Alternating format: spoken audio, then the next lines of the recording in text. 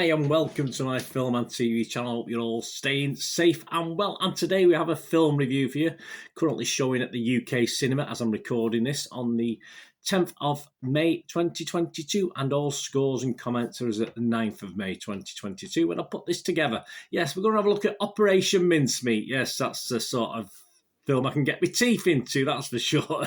British war drama, British war drama directed by John Madden. 12A certificate, 128 minutes. Yeah, quite long. Did it feel that long? Probably, possibly, no. It could have been better filled, perhaps, the 128 minutes, but it didn't feel overly long when I was watching it. Internet Movie Database, Joe Public, you and me, 6.8 out of 10. So that's okay, is it? That's not too shabby. That's 2,394 reviews. 2,006 people scored it between 6 and 9. I ignored the 10 out of 10s as I normally do. And 208, only 208, just a tiny proportion, scored it between 2 and 5 out of 10. Again, I ignored the 1 out of 10s. And the Rotten Tomato audience, Joe Public on Rotten Tomatoes, who get on there and post their scores, 3.9 out of 5. So that's good, isn't it? 7.8 out of 10. We'll take that all day long. It's based upon Ben McIntyre's book on the British Operation Mincemeat during the Second World War. And the film stars, amongst others, Colin Firth, Kelly MacDonald, Matthew McFadden, Penelope Wilton, Johnny Flynn and Jason Isaacs. And what's it about? Well, it's 1943, and even I wasn't around then, guys. I know I'm old, but I'm not that old. The Allies are determined to break Hitler's grip on occupied Europe and plan an all-out assault on Sicily. But they face an impossible challenge: how to protect a massive invasion force from potential massacre. It falls on two remarkable intelligence officers, Ewan Montague, played by Colin Firth, and Charles Cholmondeley, played by Matthew McFadden, to dream the most inspired and improbable disinformation strategy of the war. Centred on the most unlikely of secret agents, a dead man, Operation Mincemeat is the extraordinary true story of an idea that's hoped to alter the course of the war, defying logic, risking countless thousands of lives, and testing the nerves of its creators to breaking point. And it's released here in the UK on the 15th of April. So say you can just catch the knockings of it, the final knockings of it now, depending when you're watching this vlog, of course, at the UK cinema on the 10th of May. Is still available to watch at certain cinemas. It is scheduled to be released on Netflix in North America and Latin America on the 11th of May 2022. So there you go. Well, again, depending when you're watching this, it could be already out there. The critics, well, I've heard from Joe Public, who seemed very positive on it, both Internet Movie Database and Rotten Tomatoes.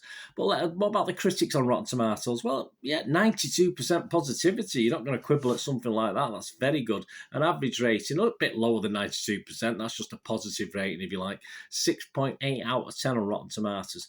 36 fresh and 3 rotten. Any film gets that. You've got to say Rotten Tomatoes, worth a watch.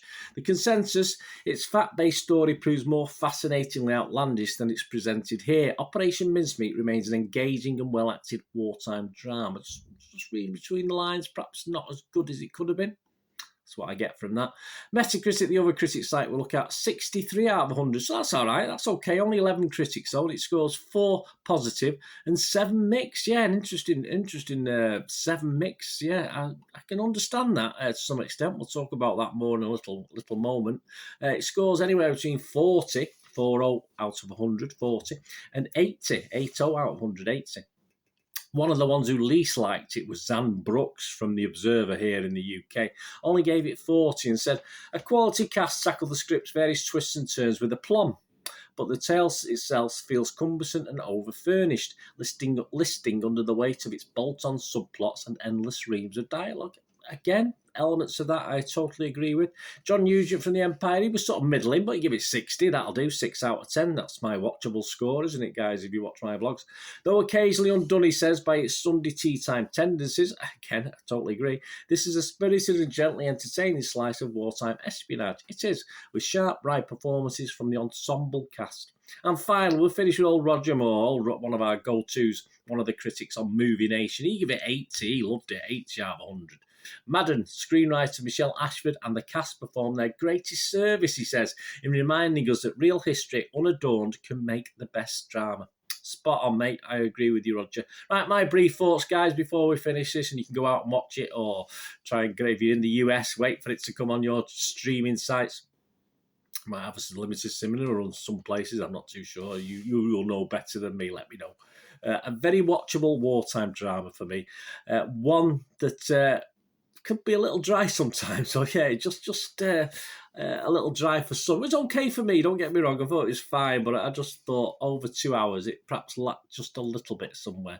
There's a sort of love triangle, love quadrangle, love pentagon, whatever, within this film. I mean, everyone loves a certain lady, and it took up a big chunk of the film. So that's perhaps, I don't know, if you're not into, you want your war films to be war films, you probably won't like that element of it. It didn't bother me, in all fairness. It was just okay, though. It didn't really add anything to the overall story. I don't think. And what I wanted to know was the actual story, the way of doing it and how they did it, deception, how they did it. And that caused this little bit of a love tryst or whatever, or triangle or quadruple or whatever it was. It just felt a little, left this deception story at times to feel just a little bit rushed for me, as though they rushed through it, which in a 2 hour, 10 minute, they should have certainly put more on the emphasis on that, I thought, personally. As I said, the love bits and doesn't worry me one iota. I love that sort of thing, but I just thought it took away from the overall package. I understood the reasons for the Ian Fleming type voiceovers there, but I'm not sure they sort of added anything to the story. And I've gladly gone without those as well. And perhaps some of the minutes filled with that could have been filled with other stuff as well. But well put together, well presented, nice sets, nice scenery, good cast.